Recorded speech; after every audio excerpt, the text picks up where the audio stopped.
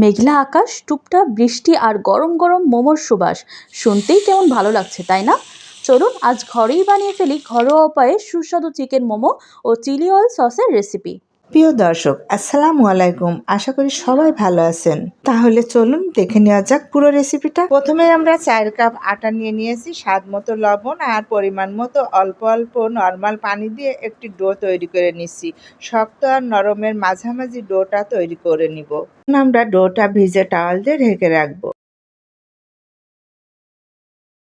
আমি 2 পিস মুরগির বুকের মাংস ছোট ছোট কিউব করে ফুড প্রসেসরে নিয়ে নিলাম। আপনারা ব্লেন্ডার কিমা করে নিতে পারেন, আবার হাত দিয়েও কুচি কুচি করে নিতে পারেন। এখানে সবজি দিয়েছি গাজর আর বাঁধাকপি, পেঁয়াজ কুচি দিয়ে দিলাম 1 কাপ। এখানে কিমা করার পরে পেঁয়াজ কুচি, রসুন কুচি, চিলি ফ্লেক্স, জিরের গুঁড়া, চাট মশলা, ধনিয়ার গুঁড়া, সয়া সস 2 চামচ এখানে সবগুলো দিয়ে খুব ভালো করে মিশিয়ে নেব স্বাদ মতো লবণ দিয়ে।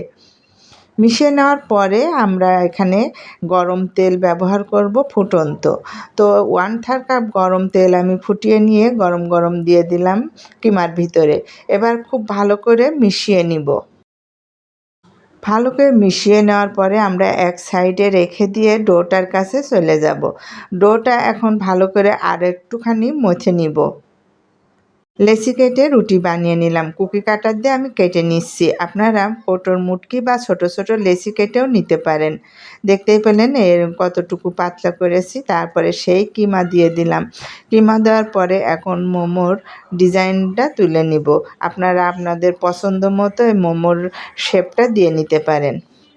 তো দেখতেই পেলেন সম্পূর্ণ মোমোর রেসিপিটি আমার মেয়ে বানিয়েছে। আমি শুধু ভিডিও করেছি। যাই হোক, আলহামদুলিল্লাহ, মাশাআল্লাহ, কত সুন্দর ডিজাইন করেছে।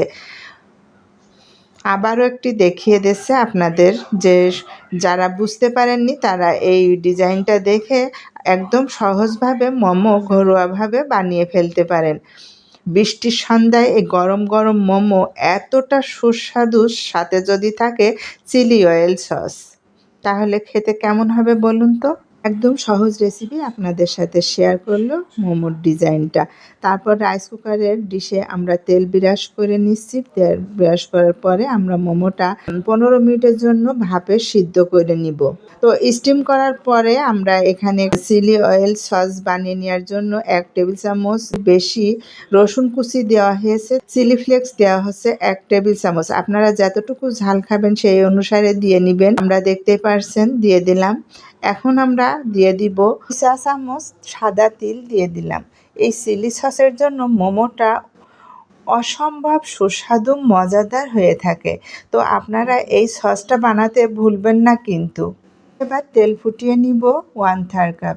ফুটন্ত তেল এই মিশ্রণগুলোর ভিতরে দিয়ে দিলাম। এবার খুব ভালো করে মিশিয়ে একটা ছাঁকনির উপরে ছেঁকে নিচ্ছি। ছেঁকে নেওয়ার পরে এই মিশ্রণটির ভিতরে কি কি দিব এবার দেখে নিন। এখন দিয়ে দিব রসুন কুচি 1 চা চামচ, 1 চা চামচ সাদা তিল, এছাড়াও দিয়ে দিব 3 টেবিল চামচ টমেটো সস, আর দিয়ে দিব চিনি 1 চা চামচ আর স্বাদ মতো লবণ। এইগুলো দিয়ে খুব ভালো করে মিশিয়ে নিলাম। এদিকে দেখি গরম গরম মজাদার সুস্বাদু মোমো রেডি। তো সবাই ভালো থাকবেন। রেসিপিটি ভালো লাগলে বাসায় একবার বানিয়ে খেয়ে দেখবেন। আল্লাহ হাফেজ।